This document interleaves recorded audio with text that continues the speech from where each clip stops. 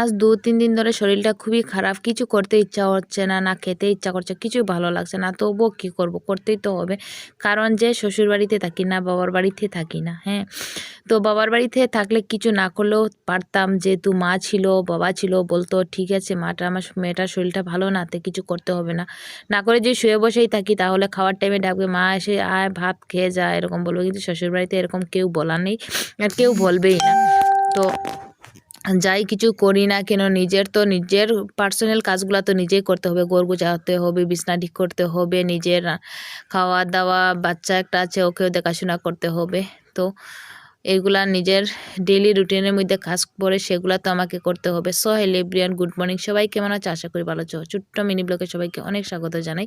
তো সকালবেলা উঠেই দেখতে পাচ্ছ একটু ফ্রেশ ট্রেশ হয়ে গেলাম, তারপরে সোনামাকে দুধ বিস্কুট বানিয়ে নিলাম ওকে খাওয়ানোর জন্য। আর একদিকে সব বিছানাগুলো উঠিয়ে নিলাম, যেহেতু আমার প্রথমে বিছানাটা উঠালাম, তারপরে বাবার, তারপরে আমার ননদের বিছানাগুলো উঠিয়ে আর সোনামার জন্য দুধ বিস্কুট বানিয়ে রেখেছিলাম। একটু ঠান্ডা হচ্ছিল তো খেতে চাইছিল, জোর জবরদস্তি ওকে 2 চামচ খাইয়ে দিলাম। তারপরে আসলাম ঘরগুলা ঝাড়ু দিতে।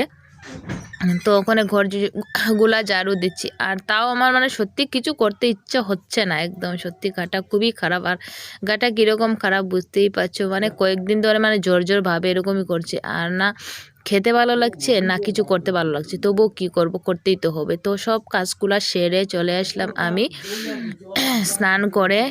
তো স্নান করে এসে ভাবলাম প্রথমে সিঁদুরটা দিয়ে দেই। তো সিঁদুরটা যতক্ষণ না দেই তখন একটুকু ভালো লাগে না। তো দেখো সিঁদুরটা দিয়ে দিলাম। তো আমাকে কেমন লাগছে সিঁদুর দিয়ে প্লিজ কমেন্ট করে জানাবে। তো কালো হই বা ফর্সা হই, সিঁদুরটা না দিলে মুখটা কেমন কেমন লাগে। তো দেখো সুন্দর করে ঘরগুলো গুছানো হয়ে গেছে, সব ঘরগুলা সুন্দর করে গুছিয়ে নিয়েছি। তার মধ্যে গিয়ে আরও কতগুলো কাজ করেছিলাম, অনেকগুলো কাপড় ধুয়ে দিয়েছিলাম, তারপরে এই চুঙ্গাগুলো রেডি করে রেখেছিলাম, সবগুলা রেডি করে স্নান টান করে আসলাম।